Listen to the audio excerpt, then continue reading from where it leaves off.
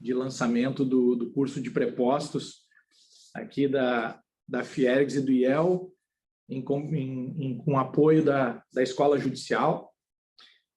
Enquanto todos entramos aí, enquanto as pessoas vão entrando, né, vou só comunicar aí que já somos mais de 75 pessoas assistindo, já são mais de 75 pessoas assistindo a esse evento, que para nós é uma satisfação muito grande, né, ver o interesse demonstrado, né, por todos aí nesse tema e a confiança também depositada no IEL, na Fiergs, na realização desse evento. Então, de pronto já, eu gostaria de fazer um agradecimento a todos que estão presentes aqui, justamente pela deferência em nos assistir, né?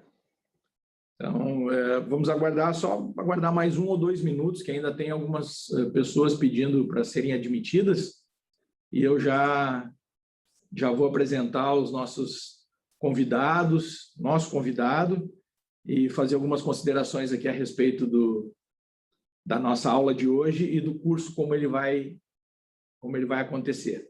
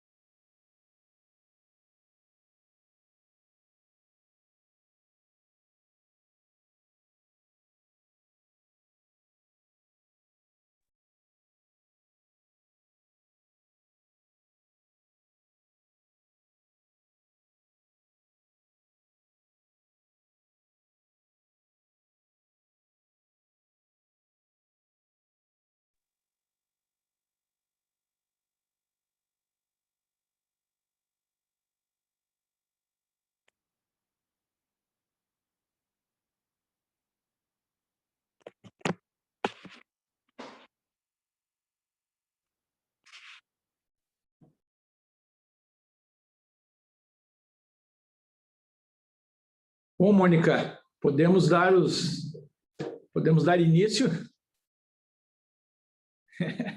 Tá ótimo. Sim, eu tirei o som um pouco para a gente poder tratar de alguns detalhes aqui técnicos. O Red falou ali, mas já estamos com som de novo. Eu não consigo ver, eu sei que está conosco, mas eu não consigo ver aqui o doutor Francisco Rossal. Bom dia, estão me ouvindo bem? Muito bem. Muito bom dia, doutor Francisco. Bom dia, doutor. Só pergunto se estão vendo a minha imagem. Aparece aqui como... Estão conseguindo me enxergar? Sim, lhe vemos e ouvimos perfeitamente. Tá bem. Bom dia a todos. Bom dia. Bom dia. Então, bom, abrindo oficialmente, então, esse nosso evento de hoje, a nossa aula magna do curso de preparação de prepostos e de mediação e conciliação no Justiça do Trabalho. Eu quero, inicialmente, agradecer a presença e a participação do Dr. Francisco Rossal de Araújo, que é desembargador do vice-presidente do Tribunal Regional do Trabalho, e que prontamente atendeu o nosso pedido aqui de fazer a abertura desse evento, nos falar um pouco sobre a questão da conciliação, né, de como é que isso acontece na Justiça do Trabalho, que a gente pode, de que forma nós podemos contribuir, né?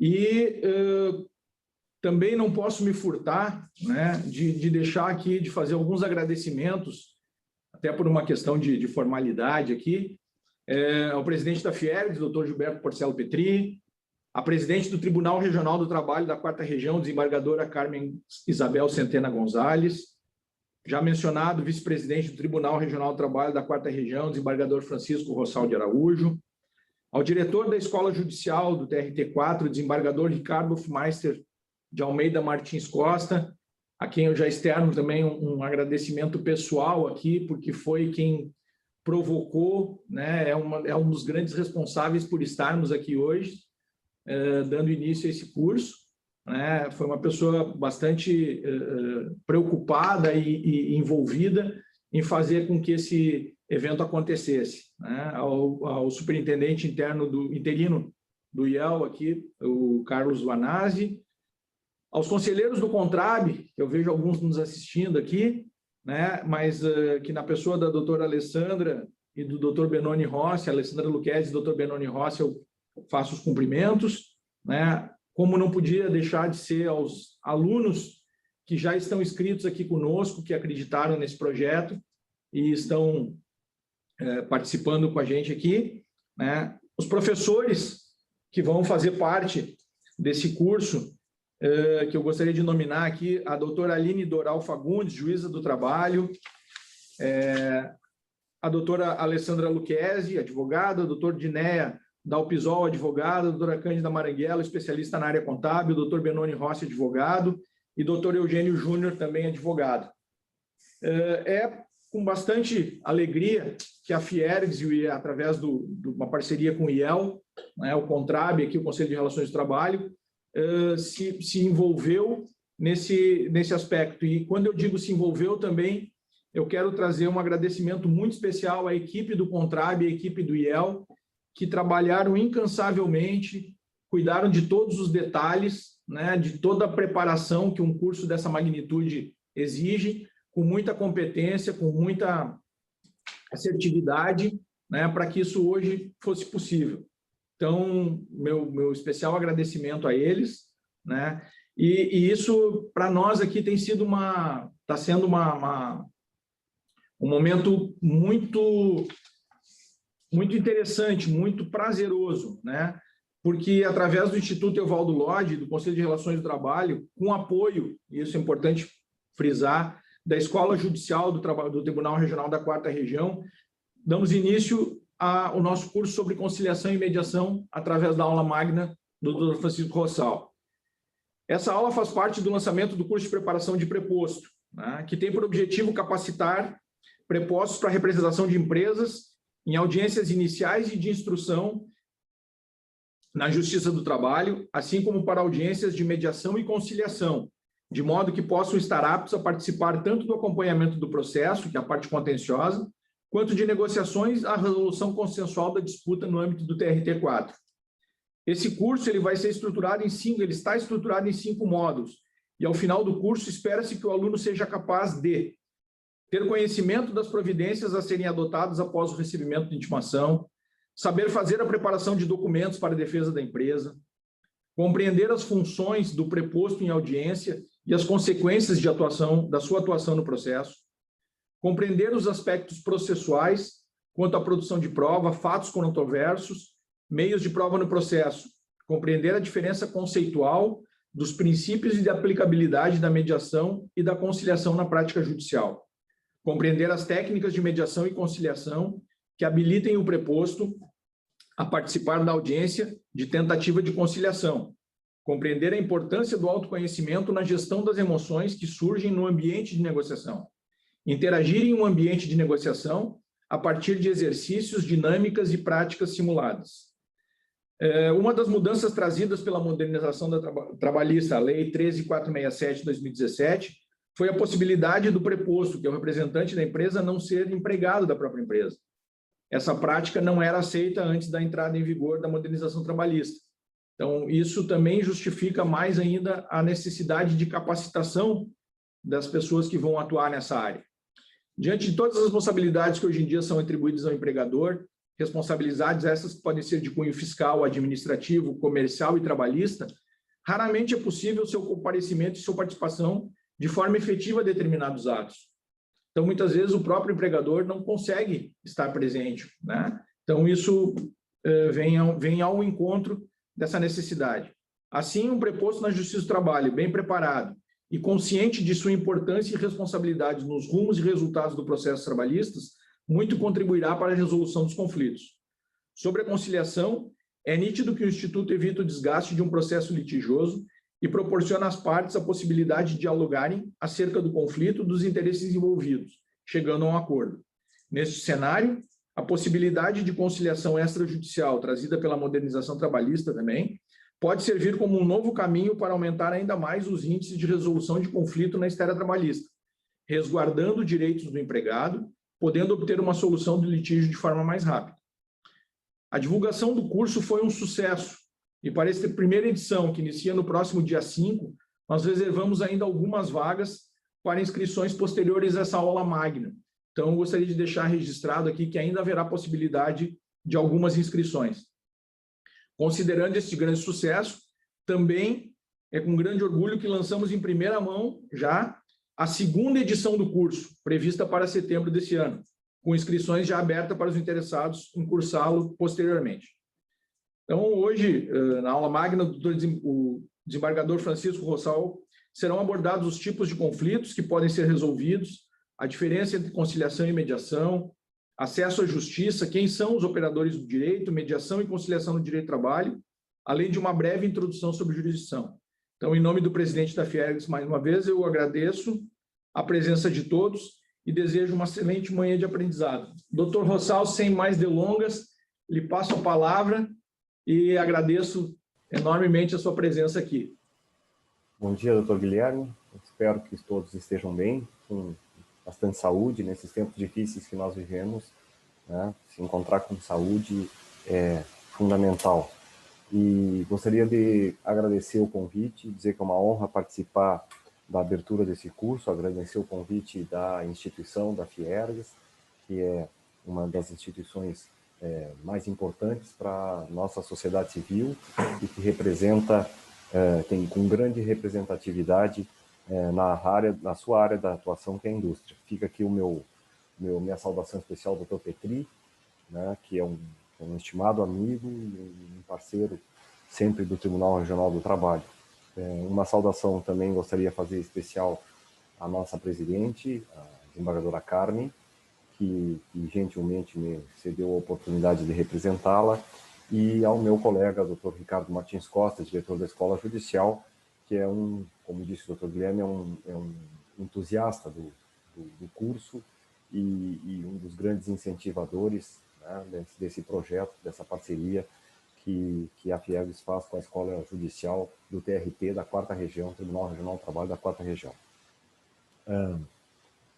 Eu preparei uma breve exposição para os senhores e depois vou fazer um espaço para perguntas, esse é o protocolo que nós organizamos, a respeito das noções gerais, né, do papel de conciliação do Poder Judiciário, o papel do juiz conciliador, né, no Poder Judiciário e as suas limitações éticas, e depois as suas limitações éticas, o seu componente, né, por que as pessoas conciliam, né, por que é importante negociar a solução, fazer uma solução negociada de conflitos, quais são os efeitos disso e principalmente quais são os efeitos jurídicos práticos disso. Tá? Então, vou fazer primeiro uma introdução um pouquinho mais geral, mas depois vou fazer várias abordagens de caráter eminentemente prático, até para ficar à disposição para responder eventuais questões.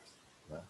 Então, vamos começar com a primeira parte. Né? Esse é um tema extremamente importante, porque nós temos problemas na vida, nós temos conflitos na vida, nós somos seres que vivemos em sociedade e nós temos interesses, né? Nossos interesses, e temos os nossos princípios. Né? O ser humano varia nisso. Tu tem os interesses que tu quer um determinado bem, desde, por exemplo, dois irmãos que brigam por uma determinada... E vai ter alguém para solucionar, dois irmãos, duas irmãs. Né? No caso, na família da gente, é o pai e a mãe. Né? Não, eu tenho um amigo que diz que não tem coisa mais importante que ter um irmão para dizer assim, ô sem noção. Isso não é assim. Né? Quando um irmão briga, chama o outro de sem noção, uma irmã diz assim, ó, escuta aqui, ó, isso aqui não é só teu, tem que dividir. Né? A primeira noção de limite que a gente tem é um irmão, em que aí dá aquelas brigas. Né?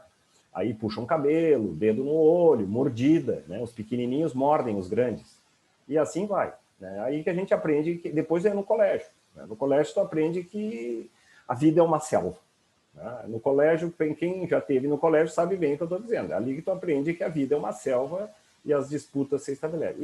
E a vida é isso. Então, como é que tu vai solucionar essas disputas? Tu tem os teus interesses, por um lado, e tu tem os teus princípios. Essas duas palavras são importantes, porque eu vou trabalhar com elas durante todo a exposição. Os interesses que tu deve compor, e deve defender, e deve brigar por eles, e a forma como tu vai compor e brigar por eles, que são os teus princípios éticos, os teus princípios morais. Tu não pode buscar teus interesses a qualquer custo, pelo menos não numa sociedade civilizada. Senão vira uma selvageria, uns pisando por cima dos outros. E esse é o papel do Estado irregular. Qual é a importância disso? É que tu tem que buscar a solução para os teus problemas práticos, né? A solução na vida das pessoas. Essas questões, que vão desde, por exemplo, uma disputa que eu tenha com um irmão, uma disputa que eu tenha com um colega de colégio, a disputa que eu tenha com um colega de trabalho, a disputa que tem entre duas empresas, a disputa que tem entre dois grupos sociais, dois grupos políticos, dois partidos, etc. e tal, isso faz parte da sociedade. Nós precisamos buscar solução para esses conflitos, né? E a solução para esses conflitos é, preferencialmente, uma solução negociada, né?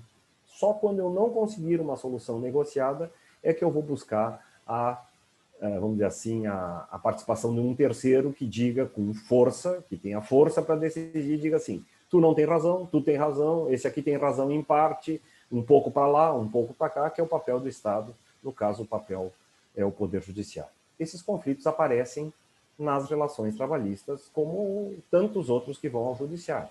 No Judiciário vão os conflitos de família, vão os conflitos empresariais, vão os conflitos tributários, vão os conflitos administrativos, né? Eu tenho um conflito com a Secretaria Municipal de Saúde para abrir ou não um estabelecimento que foi interditado por causa de uma infestação de ratos e baratas.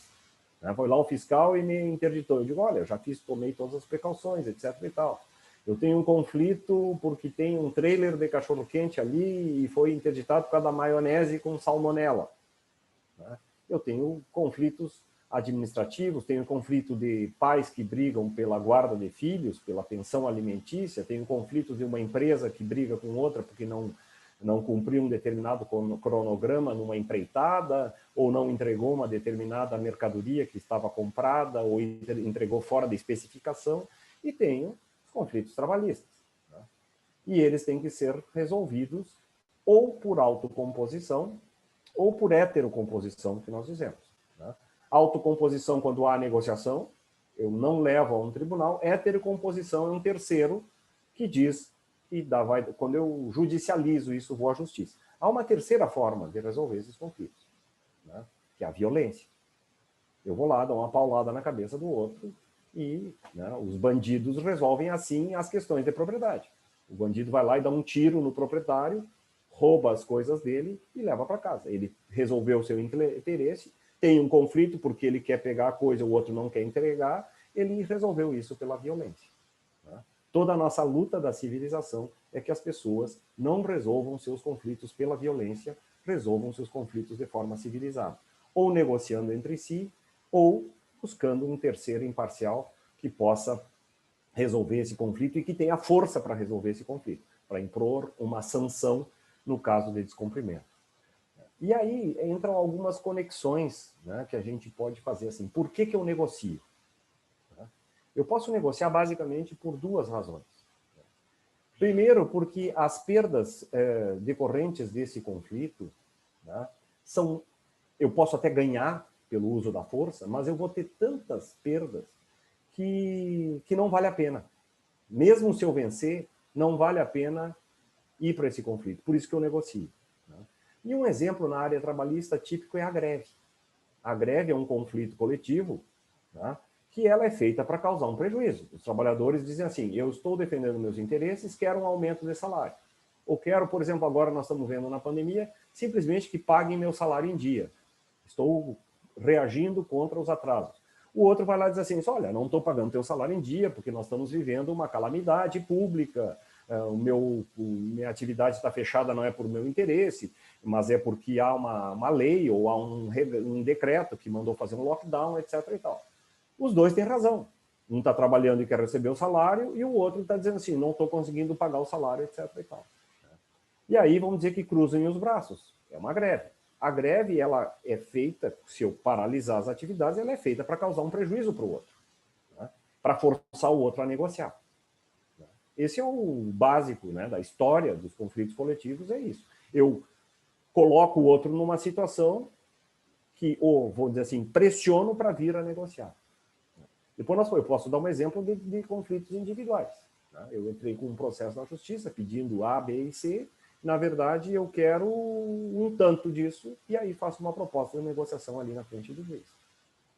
A outra parte sabe que, por exemplo, vai ter que escolher entre um prejuízo menor e um prejuízo maior e tentar compor, dizer assim, olha, eu não estou me negando a pagar, eu quero um parcelamento, por exemplo.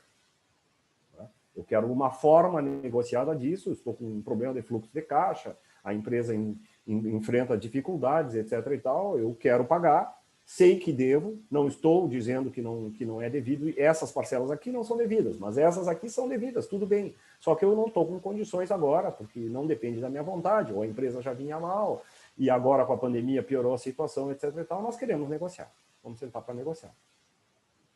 Então, essa é a primeira razão pela qual as pessoas negociam. Há interesses que eu posso compor, né, e ambos têm que saber que tem que fazer concessões recíprocas. Eu vou ter que abrir mão de certas coisas para poder ganhar outras. Né? E para a negociação funcionar, ela tem que ser, esse raciocínio tem que ser dos dois. Os dois sabem que vão ter que fazer concessões recíprocas para terem ganhos recíprocos. É o jargão do ganha-ganha. Né? Sob essa perspectiva, uma negociação sempre é um ganho para os dois, mas desde que eu tenha consciência que todo o ganho exige uma perda. Né? Quem fez economia aqui, quem tem curso de administração, de economia, contábil, sabe a expressão custo de oportunidade, que é um princípio básico da economia. Nada se ganha na vida sem que tenha que se pagar algum preço por isso, sem que tenha que se fazer um esforço para isso. Na teoria econômica, se diz que o valor de uma coisa se mede pelo esforço que se fez para obtê-la. É a noção de custo de oportunidade que são os aportes da teoria econômica. Uma conciliação sempre vai levar em consideração a ideia de custo de oportunidade. Né? Ou, num jargão mais popular, a velha noção de relação custo-benefício. Né? O que eu vou ter que abrir mão para ter em troca? Eu vou pagar, porque eu tenho medo de uma execução, porque eu tenho medo das multas, porque eu quero me livrar desse problema, porque eu não quero o conflito, porque eu quero tocar a vida para frente. Né? Isso faz muita diferença na hora de uma conciliação, é olhar onde está a lanterna. Né?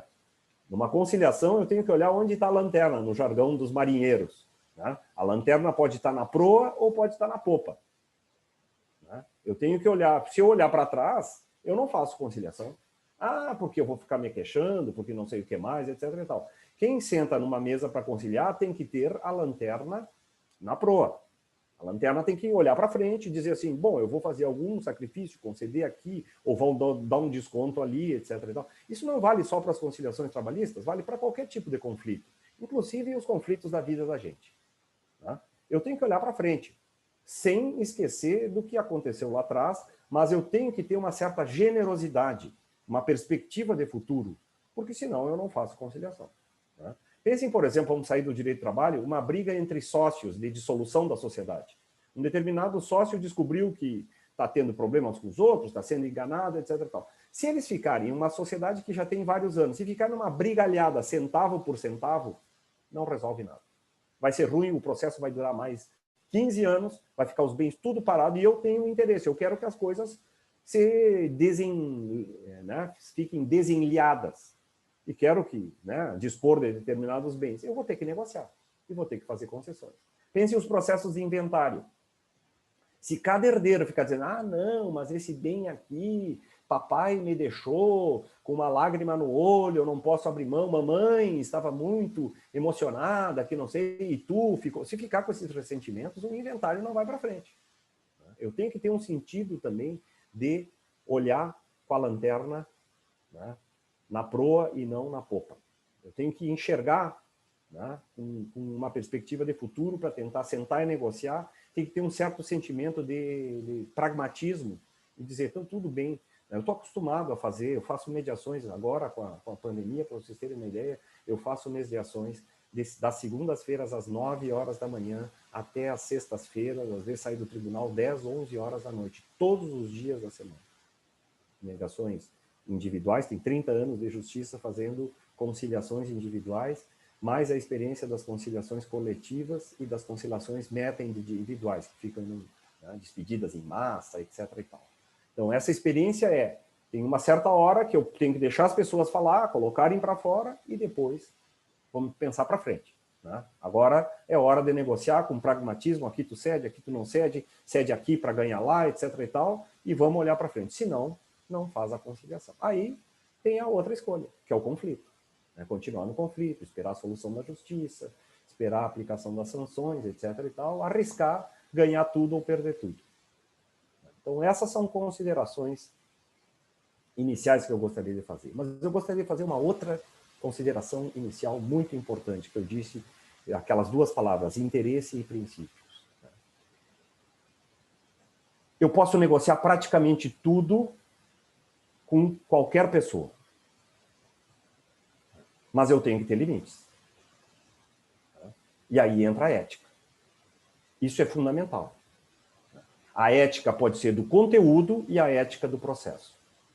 O processo de negociação tem de ter uma ética, que é a boa-fé, transparência, lealdade.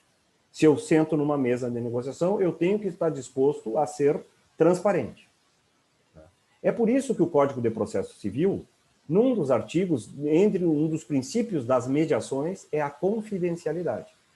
Porque numa mediação eu vou trabalhar com dados que eu não colocaria isso se eu vou para a briga no processo. Eu digo assim, eu abro mão disto, abro mão desse valor ou dessa posição, etc. e tal, desde que tu também abra mão. Agora, se nós formos para a justiça, nós voltamos à situação anterior.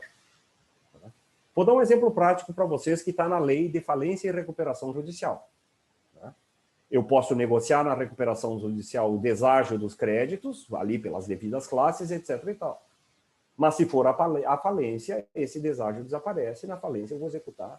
Né? Claro, vou correr o risco na falência de não ter bens para cobrir a falência. Mas uma coisa é eu fazer sob o prisma da recuperação judicial, porque eu tenho interesse em dar uma chance que a empresa se recupere para poder receber algo, né? E não é só os credores trabalhistas, qualquer credor da empresa, ele fica pensando o seguinte, assim, eu vou perder mais se a empresa fechar ou vou perder mais se eu abrir mão de uma parte do meu crédito e dar uma chance para a empresa sobreviver. Agora, se a empresa for à falência, eu quero retomar a posição original. Então, na conciliação e na mediação, eu preciso ter ética no procedimento.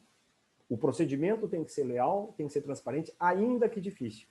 Né? Eu prefiro, por exemplo, que chegue um preposto e me diga assim, doutor, nós não temos condições de aprovar uma proposta de parcelamento, como o senhor fez, em 3 vezes. A empresa não vai conseguir cumprir. Eu consigo isso em 10 vezes. Né? Essa é a proposta que eu preciso. Eu valorizo mais, né, uma posição transparente e leal do que a pessoa tentar fazer o acordo e depois não cumprir. Vejo isso todos os dias. Vejo isso 24 horas por dia. Pessoas com dificuldades que chegam e dizem, a negociação tem que ser leal e transparente. Eu não posso também. E, por exemplo, do outro lado, por exemplo, negociação de sindicatos. Ah, não, estabelecemos uma posição. Ah, vou consultar a categoria. Aí a liderança tem a responsabilidade da transparência de chegar também lá e dizer assim, eu bati no martelo lá e me comprometi que o índice vai ser de tanto por cento, etc. e tal. Aí chega lá na Assembleia e volta, é derrotado na Assembleia. Aí não vai adiante a negociação. A negociação tem que ser leal. Eu não posso dizer que vou me comprometer com tal posição e ir lá para os meus representados e defender outra, ou fazer demagogia, ou fazer proselitismo. Então, é fundamental para que uma negociação dê certo, seja uma conciliação judicial ou extrajudicial, a transparência no processo. Transparência no processo, lealdade e boa-fé. Sem isso, né? E claro, a lei protege com a confidencialidade. Se não me falha a memória, está lá no artigo 366 e está na lei 13.140, que é a lei das mediações. A segunda questão é os limites éticos que eu tenho no conteúdo. Como eu disse, eu posso negociar, inclusive, com o inimigo. Posso negociar, inclusive, com um canalha. né? Com uma pessoa que eu não confio. Desde que o meu interesse diga assim, olha, é melhor eu fazer aqui uma composição para não me incomodar. Posso. Né? Tudo vai depender do meu equilíbrio entre os meus interesses e os meus princípios. Né? Vai ter uma hora que a ética vai dizer assim, com esta pessoa eu não negocio. Eu não me importo de perder, mas com essa pessoa, com essa posição, ou diante dessas circunstâncias, eu não negocio. Né? Isso é preciso ter bem claro. As empresas precisam ter bem claro, dizer assim, não há forma melhor de solucionar problemas do que negociar. Via conciliação. Em problemas judiciais, eu garanto para os senhores e para as senhoras que não há forma melhor de resolver problemas judiciais do que por conciliação. Mas eu tenho que ter claro que tem princípios éticos no procedimento, na negociação, e tenho que ter princípios éticos no conteúdo da negociação. E aí é a noção de equilíbrio. Nós aprendemos isso com um filósofo há 2.500 anos atrás. Platão levanta a questão do caminho do meio, o caminho da ponderação. Tá? Platão, lá na Ética Nicômaco, e depois São Tomás de Aquino, nos dão o que é um homem razoável, o que é uma mulher razoável. Como é que eu devo me orientar na ética do viver? Porque isso tem que ter um sentido. A ética de Platão é basicamente o seguinte, o que tu quer da tua vida? Tu quer resolver teus problemas? Tu quer crescer? Né? Ou como diria a Marguerite Yourcenar, quer morrer um pouco menos tolo do que quando tu nasceu? Né? Quer deixar alguma coisa um pouquinho melhor para os teus filhos do que os teus pais deram para ti? Né? Esse é o sentido da vida. Né? Platão chama isso de justiça, viver com justiça. Né? Tu precisa ter prudência, precisa ter temperança, precisa ter fortaleza. Essas são as virtudes. Né? A cabeça aberta, não decidir com assodamento, precisa ter coragem para decidir depois que tomou as decisões. Com isso, tu vai ter uma vida justa, uma vida equilibrada. Tu vai poder ter paz contigo mesmo, com o teu espírito. Isso serve para uma pessoa, serve para um grupo de pessoas, uma sociedade, uma empresa, um clube, um partido político. Né? Ter algum padrão ético. Então, aqui vem a questão fundamental. De um lado, eu tenho interesses. Eu tenho um interesse mais básico que a sobrevivência, eu tenho interesse do conforto material, eu posso ter o interesse, inclusive, do luxo. Essa é a primeira questão que eu tenho que pensar. Qual é o interesse? E eu tenho o limite ético. E a grande questão, né, isso é levantado por um outro filósofo italiano chamado Norberto Bobbio, muito mais recente que Platão. Norberto Bobbio diz assim, tu não pode cair nos dois extremos. De quem vive só por interesse, extremo pragmatismo se torna um cínico. E quem vive só pelos princípios, o extremo, né, não saber negociar também seus padrões, etc. e tal, se torna um fundamentalista. Basta vocês verem as experiências da humanidade onde é que estão os problemas. É nos cínicos e nos fundamentalistas. Porque o fundamentalista tu não consegue negociar. Tu senta na mesa, uma pessoa não abre mão de nada, não tem o que negociar. Não tem o que negociar. Aliás, os fundamentalistas, é muito fácil, né? Porque eles sempre têm razão em tudo. Eles estão com a verdade dentro do peito. É muito fácil ser radical e fundamentalista, seja de qualquer, né? Para um lado, para o outro, é muito fácil. São pessoas que tu não pode sentar para conversar. Porque eles sempre têm razão em tudo. Né? Mas essa gente leva a sociedade, né? As experiências históricas, tanto para um lado quanto para o outro, levaram ao desastre. Né? Levaram ao desastre. E o cínico, que é o cara que só vive em função do pragmatismo, etc. e tal, que não faz nada, é um psicopata social. Né? O cínico não se abala por nada. Ele negocia qualquer coisa, ele não tem nenhum parâmetro. Então, o negociador, né, quando vocês ali como prepostos sentarem para resolver um caso individual, fazer uma negociação coletiva, fazer uma negociação múltipla, etc. e tal, vocês têm que estar sempre pensando nisso. Por que eu estou aqui? Né, quais são os interesses que eu represento? E, né, não ser nem cínico, nem fundamentalista. Esse é o caminho que Platão nos ensina, que leva ao equilíbrio. E com isso eu vou ter condições, né? Eu vou dar 2 exemplos práticos para vocês, que eu estou vendo aqui alguns advogados amigos já me viram nas negociações. Né? Nas despedidas coletivas, eu precisava resolver um problema no auge da pandemia, sobre aquela tese da força maior, etc. e tal. se a multa, bem prático, tá? Se a multa era 40% do fundo de garantia ou 20%. Eu peguei, né, fiz uma pesquisa, tudo sobre isso, a evolução, né, da noção de força maior dentro do direito do trabalho e cheguei à seguinte conclusão. Essa tese não foi recepcionada pela Constituição de 88, é uma tese pessoal, né, mas, claro, com base nas decisões de tribunais, fui estudar, peguei, estou vendo aqui o doutor Eugênio. Sabe quantas CLTs comentadas eu tenho no meu gabinete, doutor Eugênio? O doutor Eugênio é um grande advogado.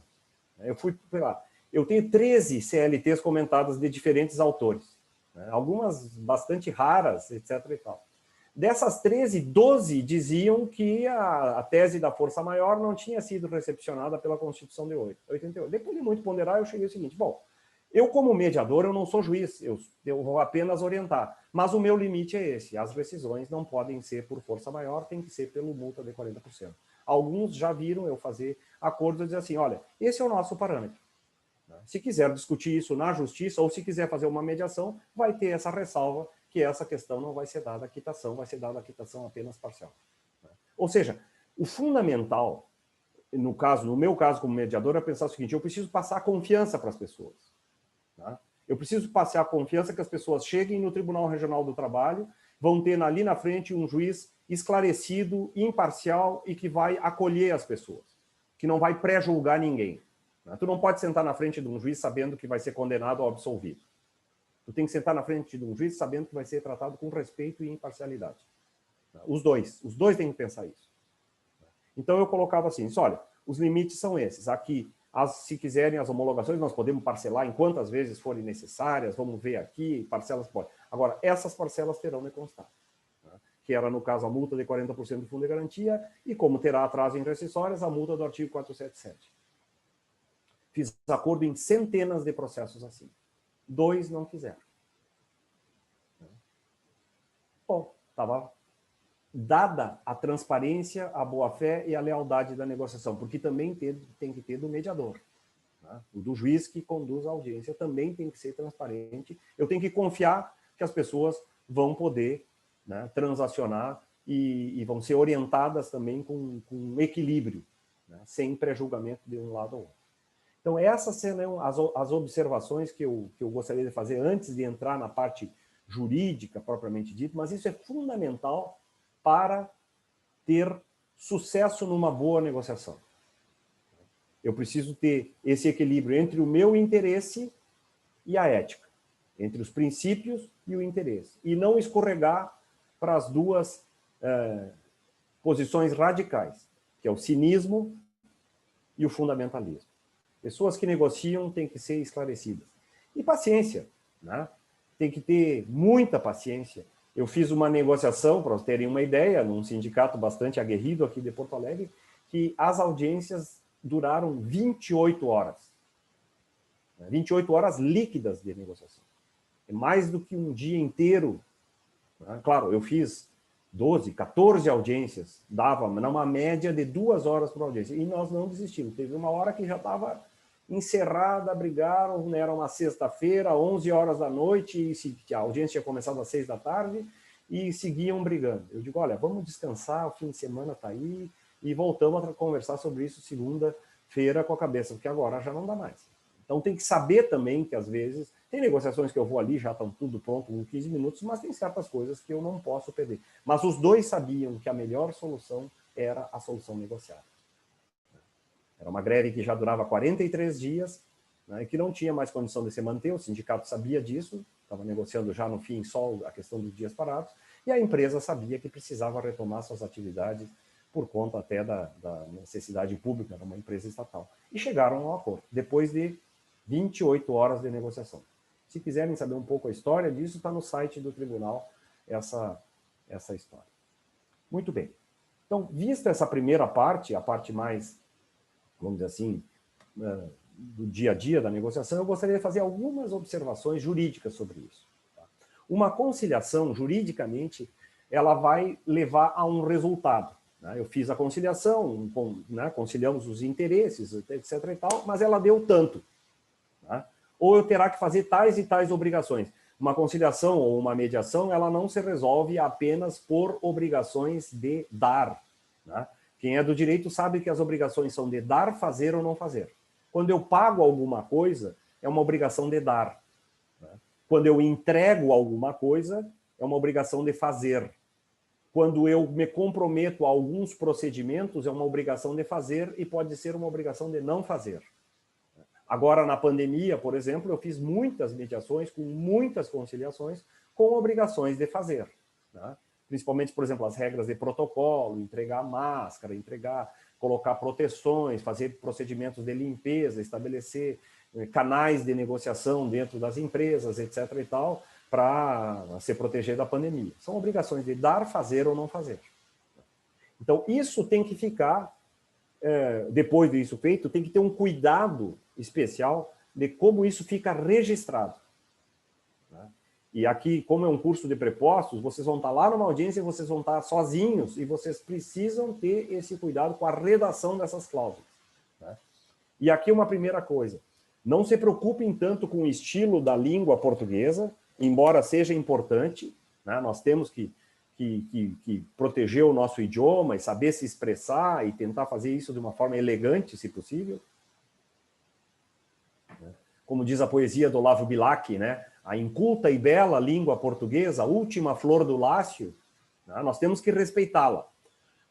Mas em juridiquês pode haver redundância, quanto mais ficar claro e detalhado, melhor.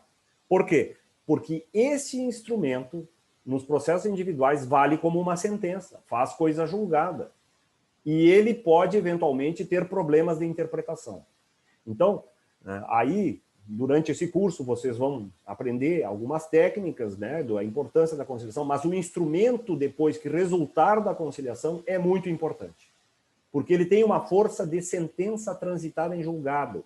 Ele faz coisa julgada. Para eu destruir um termo de homologação de um acordo só por uma ação muito especial que chama-se ação rescisória. Isso é uma jurisprudência sumulada. Os termos de conciliação na Justiça do Trabalho, né, viram coisa julgada para serem atacados só por ação rescisória. Está na súmula 100, inciso 5 do Tribunal Superior do Trabalho. Né, uma interpretação que você faz no artigo 831 da CLT. Nas mediações, depois nós vamos ver a diferença de mediação para conciliação, eu também tenho que cuidar o resultado disso, porque isso vira título executivo extrajudicial, ou judicial, conforme as partes negociarem. Isso está no artigo 20 da Lei 13.140, que é a Lei das Mediações. Então, é preciso que os prepostos, não é só o advogado que tem que saber disso, porque muitas vezes o advogado pode saber das leis, mas o preposto sabe da realidade. Sabe da realidade que está lá dentro da empresa. E vocês estão ali, ó, cutucando o advogado. Assim, olha, doutora, não pode aqui, ó, isso aqui não pode. Se nós colocar na coisa, vai dar problema lá na frente, porque não é bem assim. Né? O nome desse treco aqui que estão colocando não é esse que estão, é assim, ó, que nós chamamos lá na empresa. Se colocar desse jeito, pode dar interpretação, vão pensar que é outra coisa. E assim sucessivamente. Estou pensando, por exemplo, uma conciliação que vocês têm que fazer alguma especificação técnica.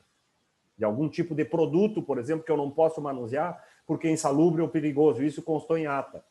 Esse é o papel do preposto. O preposto tem que agir, né, ao lado do advogado.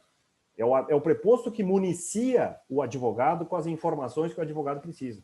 Se o preposto tiver conhecimento técnico jurídico, melhor. Mas às vezes não tem. Mas ele tem que ter o conhecimento. Né? O preposto pode não ter conhecimento zero de direito, mas ele tem que ter o conhecimento da realidade da empresa, para poder auxiliar o advogado, e os dois trabalham junto.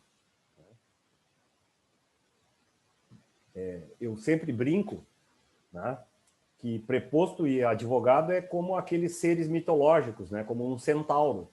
Né, que é metade bicho, metade homem. Agora eu não vou dizer quem é o bicho, quem é o homem. Né, mas tem que haver uma sincronia entre os dois para trabalharem. Né. Se os dois trabalham, fazem proezas maravilhosas. Né? O grande farmacêutico dos deuses era Quiron, que é um centauro. Né? Tem algumas farmácias que se chamam Quiron, e tem um centaurinho, tem uma farmácia de manipulação. Né? Ele conseguia unir as duas coisas, né, na mitologia. O pessoal que me conhece um pouquinho sabe que eu gosto muito da história e da mitologia, que é uma forma, né, de deixar a palestra mais leve e que vocês vão se lembrando. O preposto tem que agir de forma integrada com o advogado. Tem que ser um só. Tu não sabe o que é um e o que é outro. Os dois têm que trabalhar. Na hora de fazer um acordo, um está municiando não sei o que mais. Ah, não, mas eu preciso de um tempo para consultar. Para, diz assim, doutor, preciso de um tempo para consultar. Né? O senhor pode parar a audiência por 5 minutos, 10 minutos, nós precisamos lá negociar, estamos negociando. Né? Negociação tem que ter, não pode ter pressa. Né? Negociação tem que ser as coisas bem tranquilas, bem calmas e tem que ter essa flexibilidade, inclusive de dizer assim, opa, aqui passou da minha alçada, né? Nós vamos ter que consultar a empresa lá, vamos ter que consultar se é um representante de um sindicato, vamos ter que consultar a base, vou ter que conversar com meus outros colegas de trabalho, etc. e tal. Tem que ter paciência e tranquilidade. Porque essa conciliação, então, ela gera um efeito jurídico muito importante que tem força de coisa julgada e, dependendo da mediação, pode ser um efeito de título extrajudicial. Aliás, né, é importante que vocês saibam, porque, como prepostos, vão poder participar de uma conciliação dentro de um processo ou de uma mediação fora de um processo. Qual é a diferença de um para o outro? É que na conciliação judicial, o juiz que orienta, que conduz a audiência, ele tem poderes de decidir. O juiz pode dizer assim, olha, não vou homologar, etc. e tal, parará, está encerrado, vou dar a sentença. Isso é a conciliação. É claro que o juiz, né, sabe, nós temos também treinamento para isso, pelo menos deveriam saber, os juízes têm que ter essa paciência na hora da conciliação, aproximar as partes, expor, né, as vantagens e desvantagens, etc. e tal. Mas na conciliação, quando vier a palavra conciliação judicial, aquele juiz que homologa a conciliação, ele detém competência originária para julgar aquele litígio. Se o litígio não for resolvido, aquele juiz é que vai julgar. Então, isso é importante vocês saberem, porque ele está ouvindo tudo que vocês estão falando e vai estar na cabeça dele, se der errado a conciliação, na hora de decidir.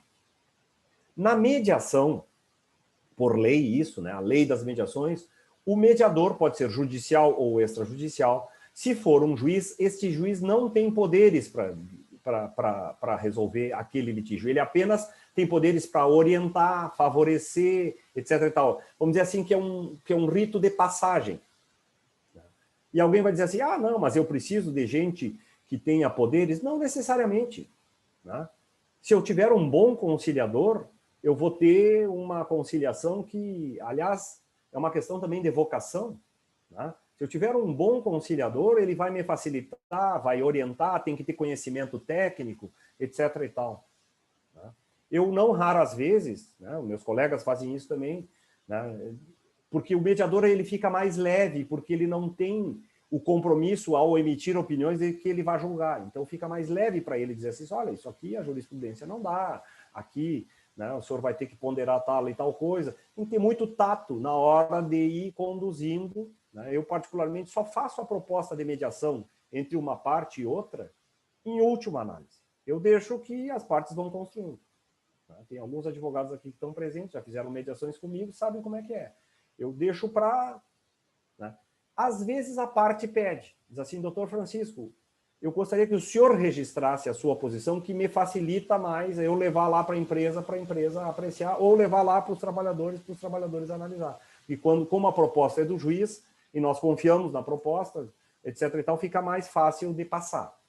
Às vezes, mas isso são exceções. Em geral, a gente deixa que as partes vão encontrando as suas soluções, só vai ponderando, etc. e tal. Dá trabalho, dá muito trabalho, mas os nossos índices revelam, né, as vantagens que isso traz. Eu posso dar um índice concreto, depois posso até repassar aí para o pessoal da secretaria que repasse para vocês. O ano passado para cá, na vice-presidência do tribunal, nós duplicamos o número de mediações, mais de 110%, duplicamos o número de audiências, mais de 130%, 140%, e mantivemos o número médio de conciliações em mais de 50%. Então, isso mostra de que é um trabalho, né, são milhares de trabalhadores. No meu caso, são negociações coletivas entre os sindicatos, todas essas negociações de pandemia, normas coletivas, reajuste, banco de horas, etc. e tal.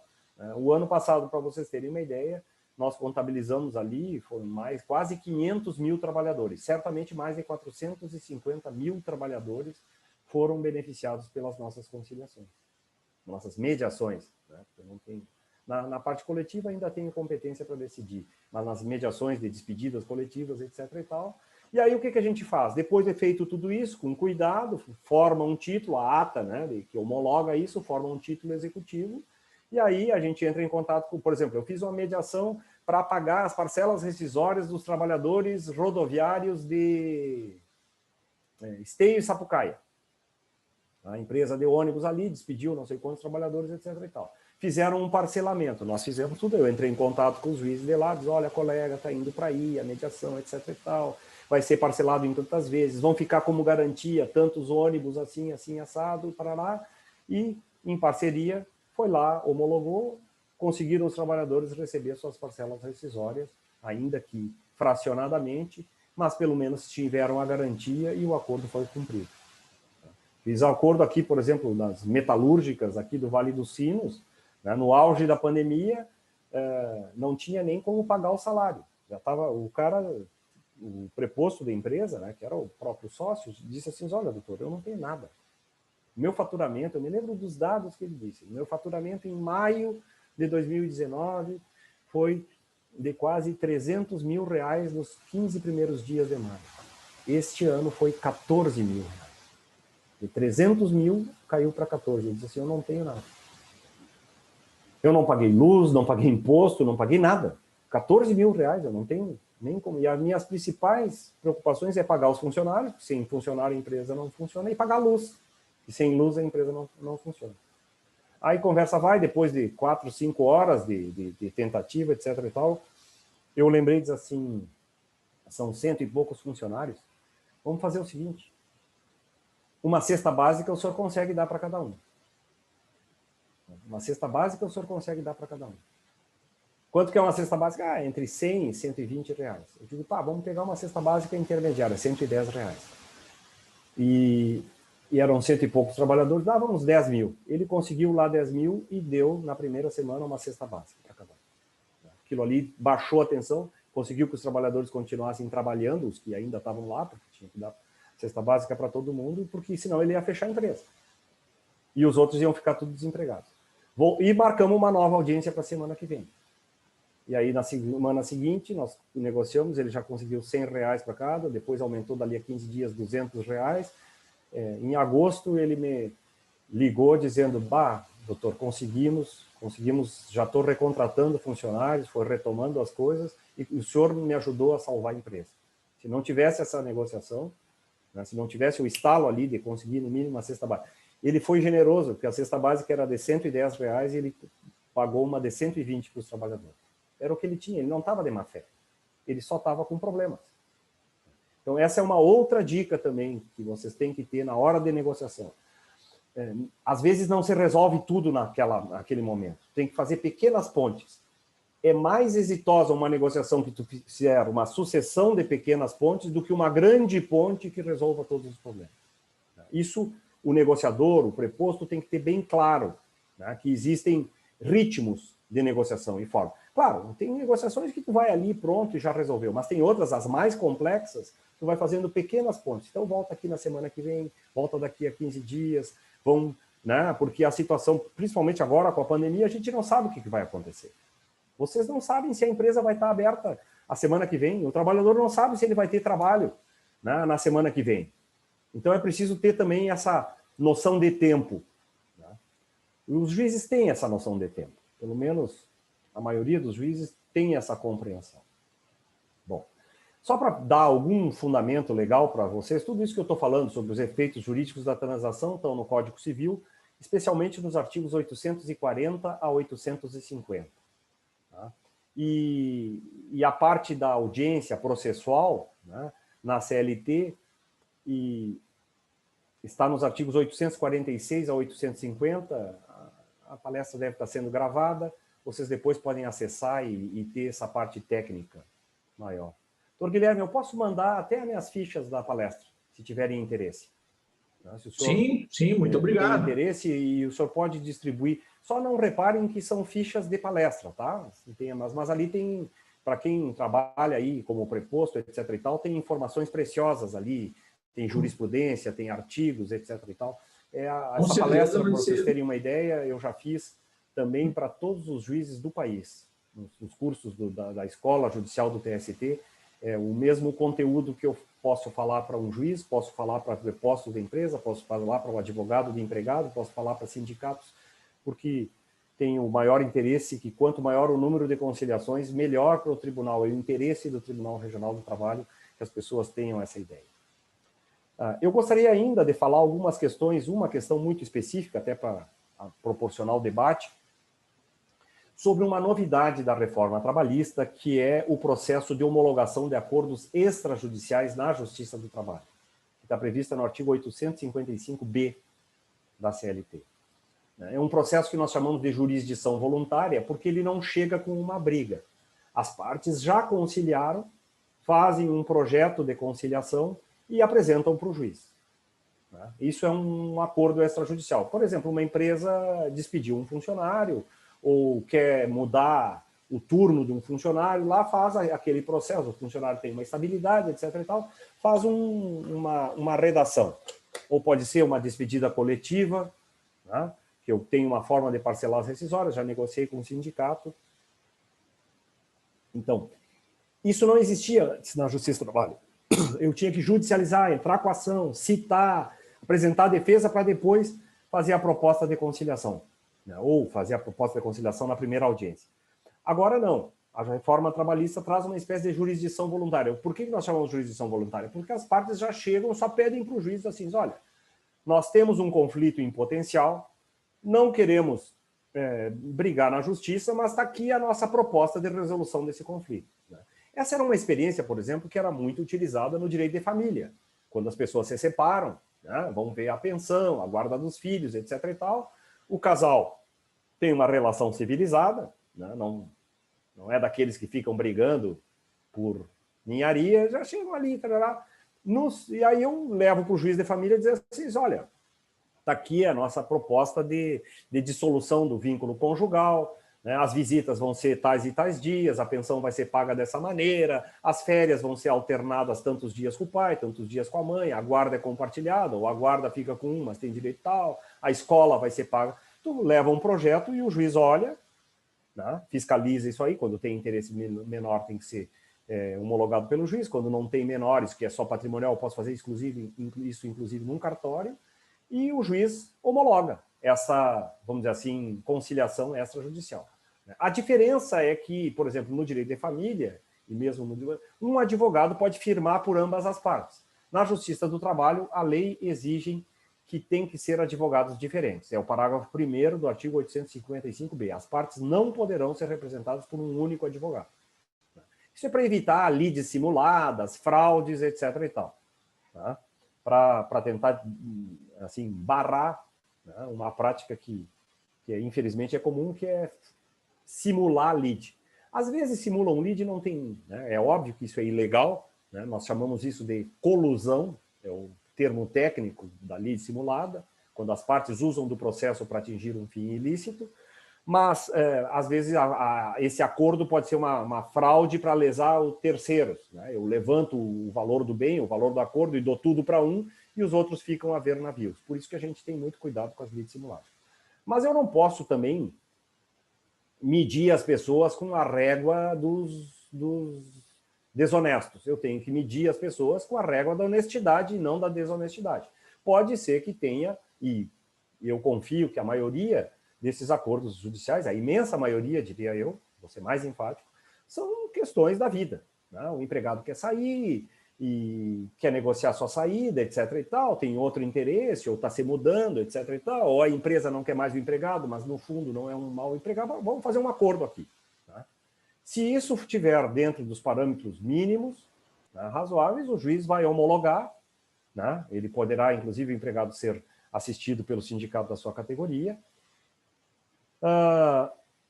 O juiz vai analisar e pode homologar ou não. O juiz não é obrigado a homologar esse acordo. Mas verificadas que estão as condições, homologado, aí esse acordo tem força de coisa julgada. Isso dá maior garantia para as empresas. E dá maior garantia do trabalhador, porque se não for cumprido, já vira título executivo. Essa é a grande vantagem para o trabalhador, é a segurança da execução e para a empresa é a segurança da quitação. E a quitação pode ser, aí é uma questão polêmica, porque muitos juízes não dão quitação total, dão a quitação apenas dos valores. Eu, particularmente, como juiz de primeira instância, examinaria caso a caso. Se houver uma razoável demonstração contábil, etc. e tal, com uma juntada dos documentos, etc. e tal, eu não me furtaria de dar quitação total, embora, em geral, por cautela, daria a quitação dos valores, principalmente quando não tem condição de averiguar, né? Porque isso às vezes se torna muito oneroso, averiguar todo um passado, pelo menos os 5 últimos anos não prescritos, etc. Tem que ver caso a caso, né? Mas não é, vamos dizer assim, impossível de se dar quitação total, ou seja, não tem mais nada o que reclamar. Há uma questão muito específica, aí sim é mais difícil de dar quitação, que é a questão de acidentes de trabalho, né? Por uma razão muito objetiva, porque às vezes nós não sabemos quais são as extensões das sequelas de um acidente de trabalho, né? Pode ser um problema que nesse momento o acidente tem uma redução de capacidade laboral nesse tempo, mas com o passar do tempo essa sequela pode aumentar, etc. e tal. Então aí sim há uma resistência da Justiça do Trabalho de dar quitação total em acordos que envolvam acidentes de trabalho. Em especial o problema das doenças profissionais, porque muitas vezes, e as doenças ocupacionais, não se sabe, a pessoa pode ser despedida, o exame demissional é um exame que não apareceu nenhuma doença, mas tu não sabe porque a doença está oculta, vai aparecer, às vezes, alguns anos depois. Então, você tem essa cautela com relação a regras de saúde, higiene e segurança, de não se dar quitação total. Mas nas questões patrimoniais, é comum que se dê quitação total ou quitação restrita aos valores recebidos quando há ressalvas. Então, eu chamo a atenção porque esse, né, vamos dizer assim, das novidades da reforma trabalhista em matéria processual, essa é uma ação de jurisdição voluntária que teve muita utilização. Algumas coisas vêm e não colam, não são, né, utilizadas. Por exemplo, aquela quitação do sindicato de 6 em 6 meses, né, aquela não... levar ali para... Aquela não teve muito, mas esse aqui, o 855B, é muito utilizado e dá bastante polêmica. Se o juiz não homologar e as partes entenderem que tem razão, que querem homologação, etc. e tal, elas podem recorrer, o recurso cabível é o recurso ordinário, e o tribunal vai reexaminar a questão, né, em órgão colegiado. Doutor Guilherme, em função do tempo, eu vou encerrar por aqui a minha exposição para poder responder alguma pergunta. Agradeço mais uma vez a oportunidade de dizer que tomaram a decisão correta quando optaram por se qualificar, né, no curso que está sendo oferecido. Não pelo palestrante inaugural, com certeza, mas pelos demais palestrantes, vocês vão... É preciso, nessa atividade de preposto, ter qualificação técnica. Isso é que nem jogador de futebol, doutor Guilherme. Não adianta o cara ter talento se ele não tem preparo físico. Tem que ter as duas coisas. Tá? É que nem professor. Não adianta ser inteligente se não tiver didática. Tá? Porque às vezes a pessoa não é tão preparada, mas com a boa didática tu aprende. Então o preposto também tem que aprender. Tem que treinar, tem que... Como tudo na vida. Tá? Eu tenho que me especializar e tenho que abrir a cabeça. Tá? O preposto tem que ter cabeça aberta e enxergar, os olhos dentro da empresa para ver, antecipar problemas, antecipar soluções, né, ter uma posição proativa. Muito obrigado pelo prestígio, eu estou vendo aqui a quantidade de pessoas que está presentes, eu fico muito honrado com o convite e fico à disposição para eventuais questionamentos. Muito obrigado, doutor Gonçalo. Tivemos aqui no momento, eu vim acompanhando aqui, chegamos a 120 assistentes aqui, né? Pessoas assistindo, conectadas. Agora estamos em 119, quer dizer, a palestra continua manifestando nas pessoas a vontade de continuar aqui logados, né? Então, isso demonstra a qualidade do participante. Eu diria até, lhe contrariando, né? Em relação ao que o senhor falou agora há pouco, pela aula inaugural, o senhor criou já colocou, que nem o senhor falou antes na régua, o senhor já deixou a régua para os professores que vêm a seguir uma missão aqui difícil, porque o nível de exposição aqui da primeira aula foi espetacular. Nós temos algumas perguntas aqui, mas eu queria antes só trazer um detalhe que o senhor me falou, que o senhor falou aqui na palestra, e que me parece que ele é importante justamente para quem vai fazer o curso, né? Quando vem aquela questão do envolvimento, do conhecimento, vamos dizer assim, da parte legal, da parte jurídica da questão toda, da negociação, da conciliação, da mediação, mas o senhor me colocou uma questão ali que me parece o seguinte, que o senhor enfatizou, que na negociação, a preocupação do preposto, né, na negociação, na mediação, enfim, na conciliação, é mais importante que ele esteja preocupado com o conteúdo do que com a forma. Pelo menos foi isso que eu captei ali, porque onde o senhor falou, não se preocupe muito com a redação da questão, mas se preocupa com o que está ali dito, se aquilo é efetivamente verdade, né? Então, acho que tem uma preocupação muito do conteúdo mais do que a forma. Acho que seria isso, né? Eu diria assim, no caso de uma audiência, normalmente o preposto vai estar acompanhado do advogado. O advogado tem formação técnica e tem que ter essas preocupações de forma mais do que o preposto. Tem que ter as duas, né? Não adianta... É que nem a história do jogador de futebol que eu falei. Sim. Tem que ter o preparo físico e o talento. Então, se o preposto, como agora, por exemplo, assim, participa de um curso de qualificação, melhora, etc. e tal, é melhor. A empresa só tem a ganhar com um preposto mais qualificado. O que eu quero chamar a atenção é o seguinte, assim, a função de cada um tem que ser preservada. Eu não gosto de fazer analogias com futebol, mas que eu considero às vezes meio pobres ou meio vulgares, mas eu vou fazer uma analogia com o futebol. A função tem o zagueiro, tem o meio do campo e tem o ataque, né? Cada um tem que fazer a sua função, um princípio de divisão social do trabalho, né? Eu vou dar uma melhorada no meu exemplo. Eu vou dar um exemplo do pai da economia moderna, que é Adam Smith. Em 1700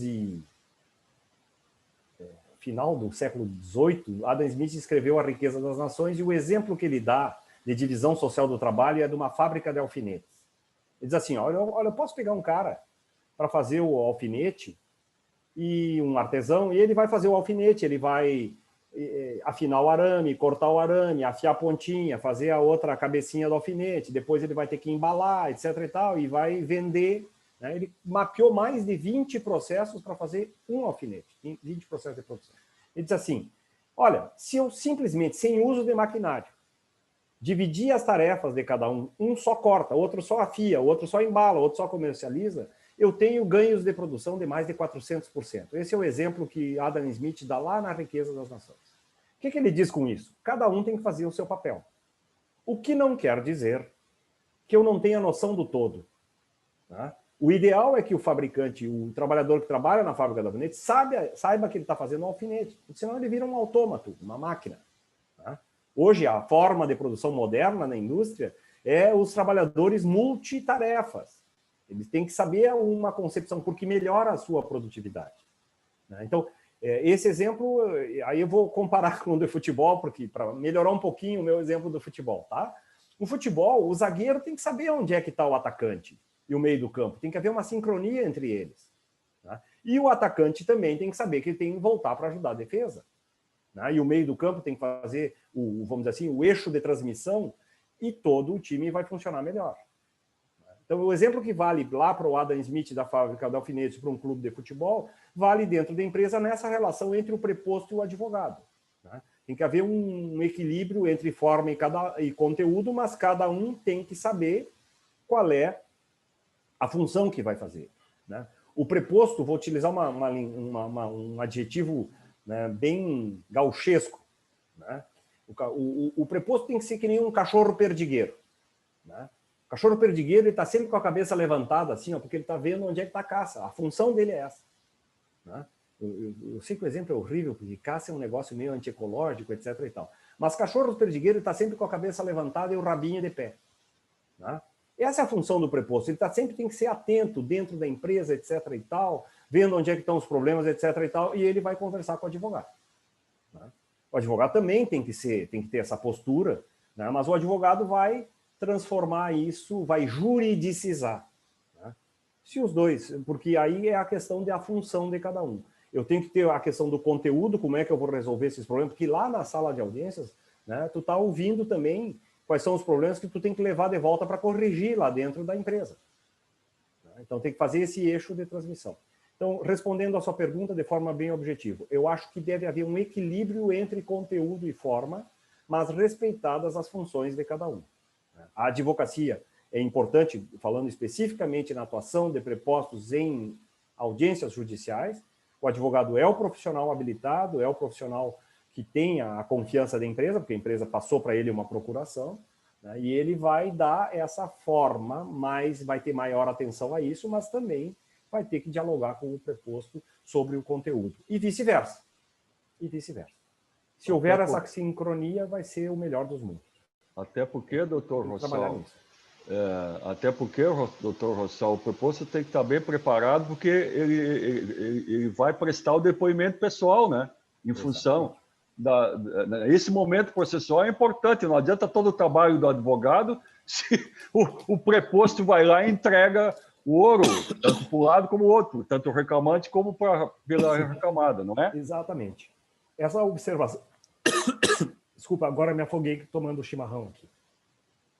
Essa observação é muito importante, né? O preposto, eu falei, o advogado tem uma procuração da empresa, mas o preposto numa audiência, ele também tem poderes em nome da empresa, o que ele declara compromete o patrimônio da empresa.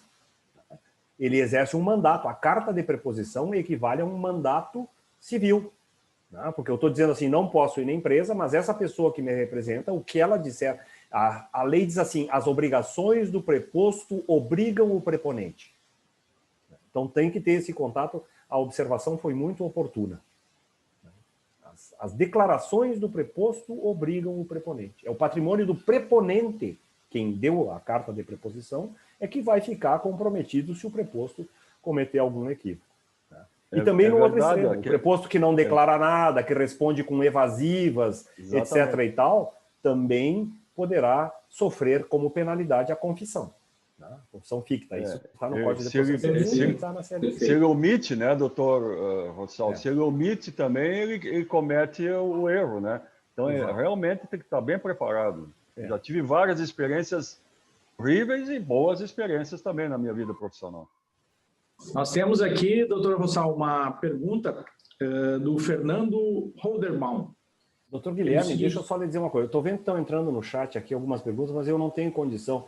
Essa é uma limitação que eu não consigo fazer duas coisas ao mesmo tempo, prestar atenção nesse chat e responder as perguntas. Então eu peço, o senhor vai fazendo a seleção e vai me passando as perguntas que o senhor achar mais... Está indo muito rápido para mim aqui as perguntas no chat, eu estou perdido. Perfeito, nós vamos fazer a leitura aqui para o senhor. O senhor sabe, doutor Guilherme, a diferença de um homem e de uma mulher nessa situação? Ela consegue fazer tudo isso. As mulheres fazem tudo. Elas prestam atenção, tem uma piada, né, que a mulher trocando lâmpada e o homem trocando lâmpada, a diferença. Né? A mulher está trocando a lâmpada e está dando mamar para o filho e atendendo no computador e fazendo não sei o quê, e preocupada e vendo a novela, tudo ao mesmo tempo, e troca a lâmpada. O homem, quando troca a lâmpada e a mulher chega para falar com ele, diz assim, tu não está vendo que eu estou concentrado? Agora são multifuncionais. E eu já estou com a cabeça assim. Né? Então, eu vou pedir gentileza que o senhor selecione as perguntas que entender mais interessantes. Perfeito. Então, eu vou aqui, eu vou seguindo a ordem do chat aqui. E o Fernando Holderbaum, ele fez a seguinte pergunta. Doutor Francisco, como proceder durante uma audiência trabalhista em que o juiz é totalmente pró-trabalhador e expõe uma sugestão do juízo que a reclamada considera um absurdo? Normalmente, essa formalização gera um marco de valor e o advogado do reclamante se fixa nesse valor sugerido. Olha, infelizmente, nós temos essa situação para ambos os lados, tá? Tem juízes que são seres humanos e o juiz pode acontecer do juiz ter maior simpatia para um lado ou outro, né?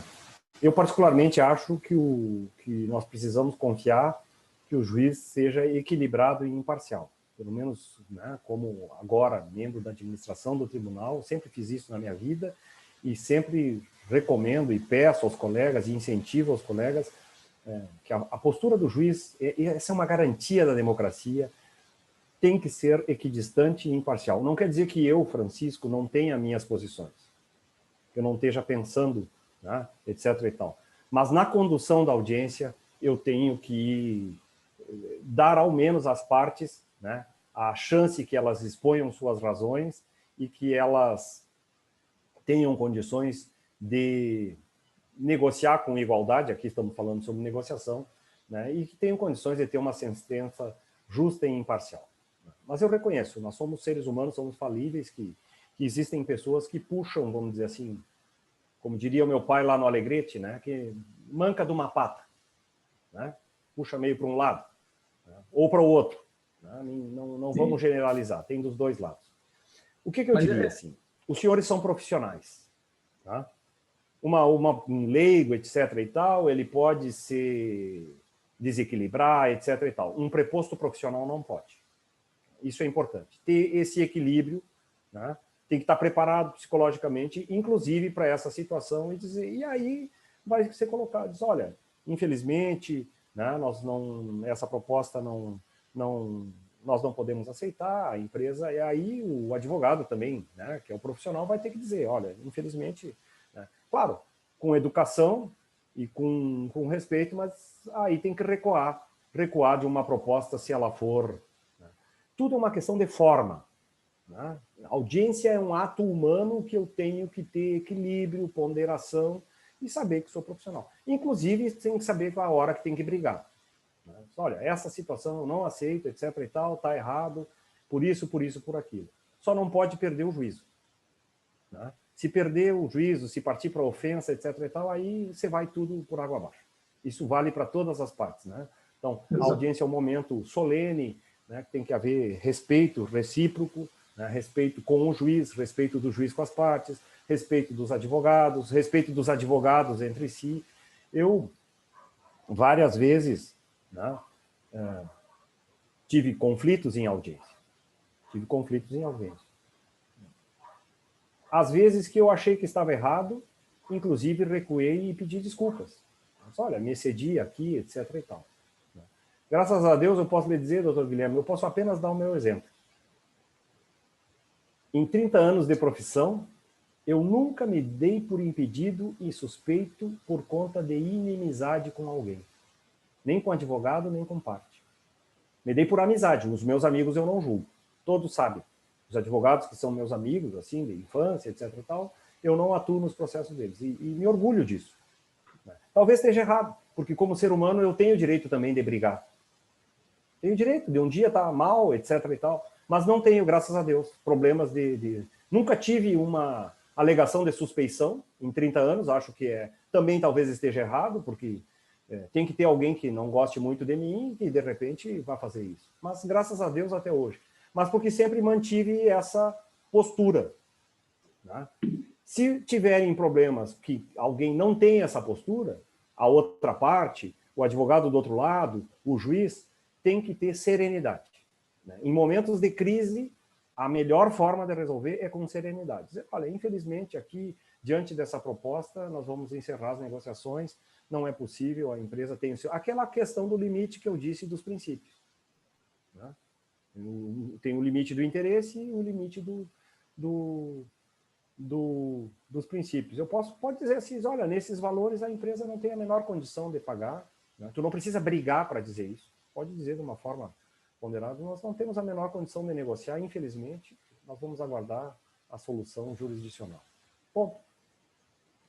Mas tem que ter, o preposto tem que ter preparação também psicológica, tá? Tem que ter alguma preparação psicológica para saber enfrentar situações de tensão. Exato, e acho que, inclusive, esse é um dos objetivos, né, do curso aqui, que o senhor coloca muito bem, e nada melhor do que preparar o preposto, né, para que ele entenda esse processo, para que ele consiga perceber essas diferenças e tenha uma atuação, né, daquilo que o senhor falou, não adianta brigar. Né? Chega uma hora ali que é melhor dar um tempo e esperar a coisa acalmar, porque onde os ânimos se exaltam, aí realmente, aí se vai a gata com a cinta. Eu poderia dizer, doutor Guilherme, que os melhores advogados que eu vi em 30 anos de experiência não são os brigões, são os diplomatas. Os que melhor se deram na profissão, são os estudiosos, porque não tem advogado que não estude, tem que estudar, não tem como tu ir para frente se não estudar, tem que estudar, saiu uma lei nova, tem que ir atrás dos livros, curso, palestra, etc. e tal, debates, mesas, etc. e tal, como qualquer profissão tem que se atualizar, e os que sabem a forma de se conduzir numa audiência, porque tem momentos tensos. Para os prepostos é a mesma coisa, para qualquer sucesso profissional, se não estudar, não vai para frente. E se preparar também psicologicamente, ter o equilíbrio. A inteligência emocional é um preposto com inteligência emocional é um valor agregado. Perfeito. Muito obrigado. Uma dúvida que chegou aqui, doutor Rossal, é o seguinte, a Gabriela que nos pergunta aqui. Doutor Rossal, qualquer processo pode ser objeto de mediação? Todos os juízes do TRT estão integrados nas formas de mediação? Nós temos que ver a questão da competência, tá? Os juízes de primeiro grau, agora é que essa questão das mediações é uma coisa nova, estão saindo as normativas, agora semana passada saiu uma nova normativa do Conselho Superior da Justiça do Trabalho, que veio, né, esse influxo todo vem com o novo CPC, porque antigamente a nossa ideia era fazer conciliação dentro de processos ajuizados, né? E agora nós estamos abrindo nas conciliações pré-processuais, não tem conflito, mas as partes não tem ação ajuizada, não tem prazo para apresentar defesa, audiência marcada, etc. e tal, mas as partes anteveem um conflito e dizem assim, antes que nós judicializemos, vamos fazer uma mediação, né? Essa é a diferença da mediação para a conciliação. Então, nós incentivamos isso, e agora, né, vai se desenvolver mais, cada vez mais ainda isso, na questão extrajudicial, antes das reclamatórias trabalhistas ajuizadas. Fazer essas mediações para tentar evitar que se judicializem esses conflitos. Fazer esse tipo de negociação. E qual era a pergunta mesmo? Se todos os juízes estão preparados, né? Aí tem que ver de acordo com, vamos assim, os degraus, né? Os juízes de primeiro grau fazem isso naturalmente dentro dos seus processos e cada vez vão fazer mais agora com os processos de mediação pré-processual. No segundo grau, nós temos campanhas de conciliação para que os desembargadores também, né, agora nós fizemos uma, chama-se ACV, Ação Conciliatória Voluntária, né, que os processos nos gabinetes que tinham um grande acúmulo de serviço, antes de serem julgados, fosse feita uma nova tentativa de conciliação, auxiliados por juízes de primeiro grau, né? Tivemos um resultado extraordinário na diminuição do resíduo do segundo grau, né? Aqueles processos já estão em grau de recurso. No recurso de revista, que é a minha atividade atualmente no tribunal, né, eu peguei 40 mil processos atrasados, né? Já conseguimos reduzir em um ano para 22 mil. Vamos terminar agora, acho que no mês de maio, baixar da casa de 20 mil processos, que era a minha meta até o final do ano. Acho que em 7, 8 meses antes, nós já vamos conseguir atingir a meta de reduzir para menos de 20 mil processos de resíduo em recurso de revista. Um dos grandes trunfos que nós utilizamos foi a conciliação. Eu tenho 2 juízes auxiliares que trabalham nessas conciliações, incentivo, né? Eu particularmente faço as mediações de grande monta, e etc. e tal, e mais 2 juízes auxiliares que trabalham direto nas conciliações. Além do que, de todos os problemas de julgar os processos, etc. e tal, acelerar esses processos de julgamento, melhorar a qualificação dos funcionários, investir no treinamento dos funcionários para melhorar o nosso desempenho. Mas um dos trunfos é a conciliação. Então, cada nível... Então, os meus processos são os que vão para Brasília, para quem não é da formação da área, tá? Tem os processos que o juiz de primeiro grau resolve, em recurso vem para Porto Alegre, no tribunal, e de Porto Alegre, aqueles processos grandes, etc., vão para Brasília. Nos 3 níveis é possível pedir conciliação a qualquer momento, o site do tribunal é aberto, basta uma simples petição, tenho interesse em conciliar, dá o número do processo, e aí o tribunal vai distribuir se vai ser atendido por um juiz de primeiro grau, por um desembargador, ou por um juiz que auxilia o desembargador, ou vai ser atendido pela vice-presidência do tribunal. É isso. Perfeito. Temos mais um aqui. A grande diferença, só para dizer, doutor Guilherme, é que nós nos damos conta o seguinte, é que todo esse processo tem que ser integrado. Antes, cada um fazia o seu, né? O juiz era meio que assim, o dono do processo. Hoje, a gente se deu conta do seguinte, um processo que eu concilio no recurso de revista, lá quase em terceira instância, ele resolve o problema do juiz de primeiro grau, porque quando ele voltar para o primeiro grau, para ser executado, ele vai diminuir o número de atos processuais, né? Ali que não vai ter mais liquidação de execução, etc. e tal, porque os valores, se der errado, os valores já são líquidos, etc. e tal. Então, a atuação na conciliação, em todas as esferas, auxilia todo o tribunal. Eu estou trabalhando para o juiz de primeiro grau lá quando faço uma conciliação no recurso de revista, porque eu estou diminuindo barbaramente os tempos de execução dele, desse processo. Então, a mudança da nossa mentalidade foi essa, né? Foi integrar o primeiro, o segundo e o terceiro grau de jurisdição, se der para falar assim, dessa maneira, de forma que um ajuda o outro. Um ajuda o outro. Não raras vezes, alguns que estão aqui presentes já presenciaram, eu chamo os juízes, né? Eu tenho um processo para conciliar lá de Santa Maria, eu chamo o juiz de Santa Maria para ele assistir a tentativa de conciliação, porque se der certo, ele já sai com uma ideia de como é que ele vai resolver outros, porque às vezes um processo de recurso de revista, ele é mas ele tem 50 iguais que estão esperando. Então, aquela solução negociada para um, me resolve os outros 50. Então, nós começamos a fazer vamos dizer assim, essa visão integrada do processo de conciliação, que é muito mais rápido que o processo de decisão, né? Se eu vou fazer a decisão, etc. e tal, botar no papel, fazer essa sincronia dos juízes é difícil, mas na conciliação é fácil. Que basta eu ligar para o colega e dizer assim, olha, hoje de tarde tem uma audiência assim, pode assistir, esse processo aí tem 50 iguais para ti. Se nós resolver um, nós resolvemos 50. Me dá uma ajuda aqui com o teu conhecimento do local, etc. e tal. A empresa tem interesse, porque tu sai com um problema, quer conciliar um problema, tu está de olho em resolver 50 problemas, né? Os trabalhadores têm também o seu interesse. O próprio, por exemplo, sei lá, o representante do sindicato, o advogado que advoga, ele resolvendo ele resolveu 50. Seus honorários vão ser multiplicados por 50. Né? Então, é uma forma, claro, mas tu tem que criar um clima disso. O fundamental é confiar no negociador. Né? Tem que confiar no tribunal. Né? Tem que passar essa ideia, né, disso. Eu sei que tem problemas, né, como veio ali na pergunta, etc. e tal, mas eu tenho que confiar e que a instituição incentiva seus juízes no sentido da negociação equilibrada, respeitosa e imparcial.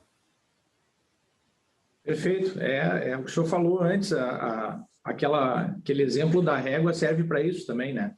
A gente tem que acreditar no sistema da justiça, na instituição, né?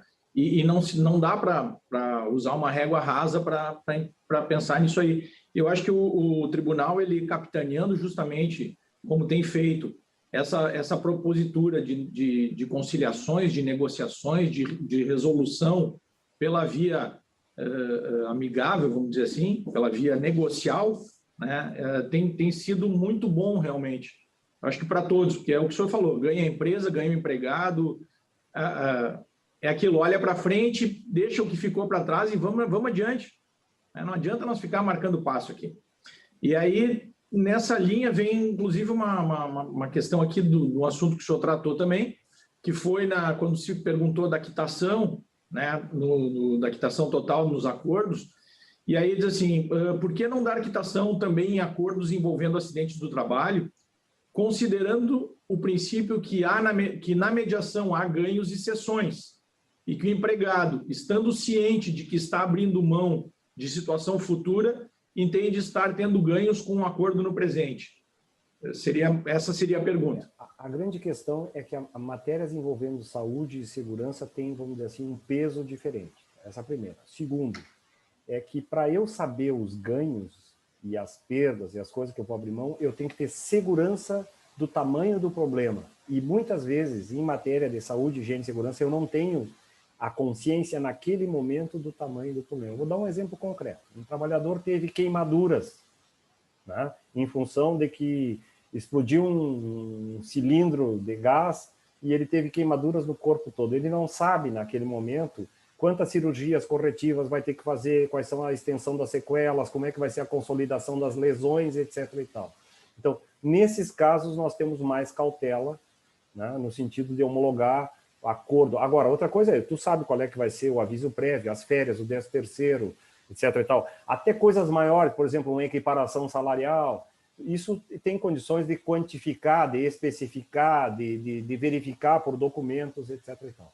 Isso não tem problema nenhum de que haja quitação dos valores ou quitação total. Eu não tenho grandes ressalvas.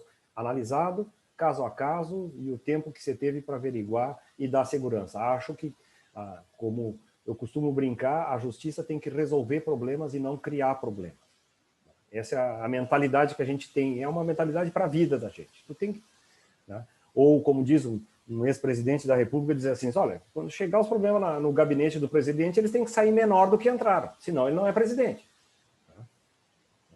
O presidente tem que ser uma pessoa que chega aos problemas lá, né? O presidente do tribunal, o presidente da empresa, chega aos problemas no presidente da empresa, os problemas têm que sair menor do que entraram, né? Senão ele não é presidente, não é liderança, qualquer liderança, né? Esse é o papel da liderança.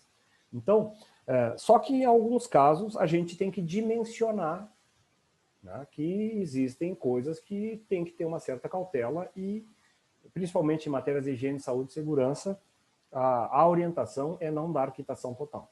A não ser pensar num caso que seja uma lesão mínima, né, que não ficou maior sequela, etc. e tal, bom, aí o juiz tem liberdade para fazer esse tipo de homologação ou não, conforme o caso concreto. Mas a orientação é só uma questão de orientação. A orientação é direitos que são mensuráveis, conferíveis e que há transparência, não há problema na homologação ser total. Direitos que são mais complicados, que envolvem normas de ordem pública, etc. e tal, tem que ter mais cautela com isso, e se a orientação é da quitação apenas do valor recebido e fazer eventual ressalva.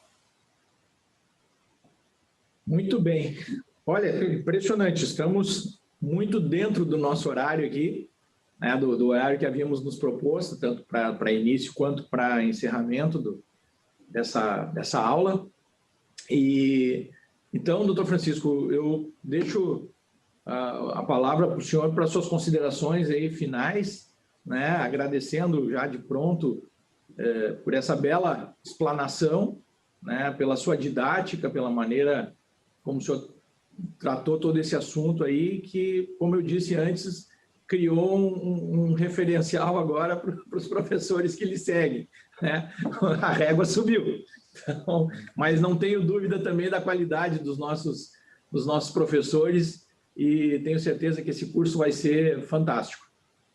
O meu intuito, doutor Guilherme, é colaborar, né, e motivar, né, que os senhores saiam daqui melhores do que entraram, né?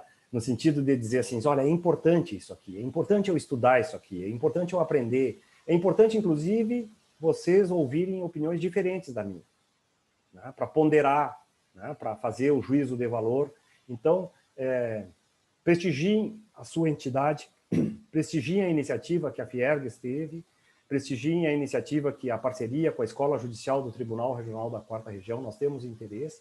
Isso é importante para todos nós evoluirmos em conjunto. Eu disse para vocês que conciliar exige parâmetros, né? Às vezes, por interesse, tu tem que conciliar até com um bandido, né? Eu já fui assaltado, por exemplo. Passei já 2 vezes pela experiência de ser assaltado. E uma das vezes eu negociei pela minha vida, né? Negociei pelas minhas filhas para saírem do carro, né? E negociei, digo, olha, leva eu, deixa as crianças sair, ou fica aqui, eu te dou tudo que quer. O bandido queria o relógio, etc. e tal. Eu digo, não tem problema nenhum, não estou armado. Ele estava preocupado se eu tivesse armado ou não, né? O que me salvou a vida naquele momento foi eu ter negociado com o bandido. Então nós temos que saber disso. A vida, ela nos traz desafios, né? Claro, sempre mantendo os parâmetros éticos e os interesses que a gente tem por defender. Só tem uma situação que nós não podemos negociar. E que vem bem nesse momento que nós estamos vivendo, que é a morte. Com a morte nós não podemos negociar. A morte não negocia. A morte é inexorável, né? Então vamos lutar pela vida, defender a vida, respeitar a opinião dos outros, mas temos que fazer esse pacto pela vida, né? Para poder seguir dialogando, debatendo, negociando e olhar para frente. A lanterna tem que estar na frente, né? Nós apontando para o futuro. Nós temos muita coisa para fazer, muita coisa para fazer. Nós temos uma vida para construir, nós temos uma família para dar perspectiva para os nossos filhos, nós temos um país para construir que está tão judiado, nós temos muita coisa para fazer. É hora de fazer, deslanchar as coisas, se Deus quiser, né? Só, infelizmente, a morte nós não vamos poder negociar com ela, nós vamos vencê-la. Essa nós não podemos negociar. Tá? Então, eu deixo um abraço para todos, se cuidem, cuidem da sua saúde, não negociem com a morte, lutem desesperadamente pela vida. Muito obrigado. Muito obrigado.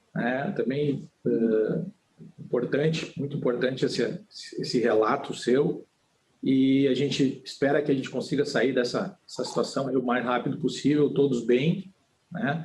Agradecer a todos que estão conosco até agora. Olha, são 110 logados aqui, 110 pessoas participando. Isso é muito bom, é gratificante para quem realiza um evento, né?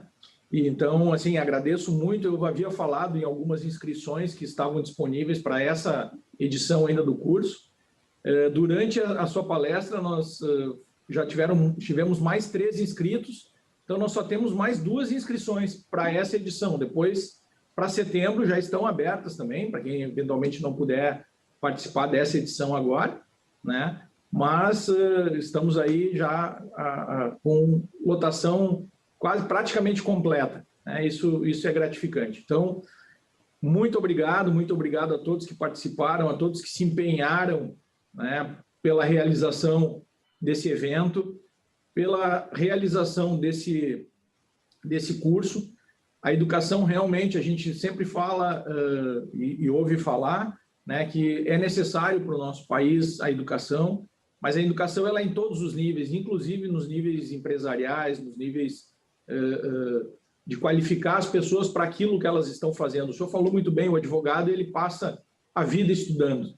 E assim tem que ser as pessoas naquilo que elas realizam. Elas precisam abrir, elas precisam se abrir para o conhecimento, né? Até às vezes para saber que aquilo não serve, né?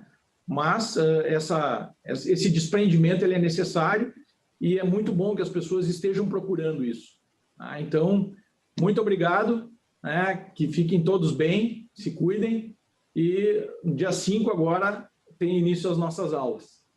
Tá? Boa tarde para todo mundo, uma ótima semana. Doutor Rossal, imensos agradecimentos. Obrigado. Um abraço a todos. Abraço. Com licença.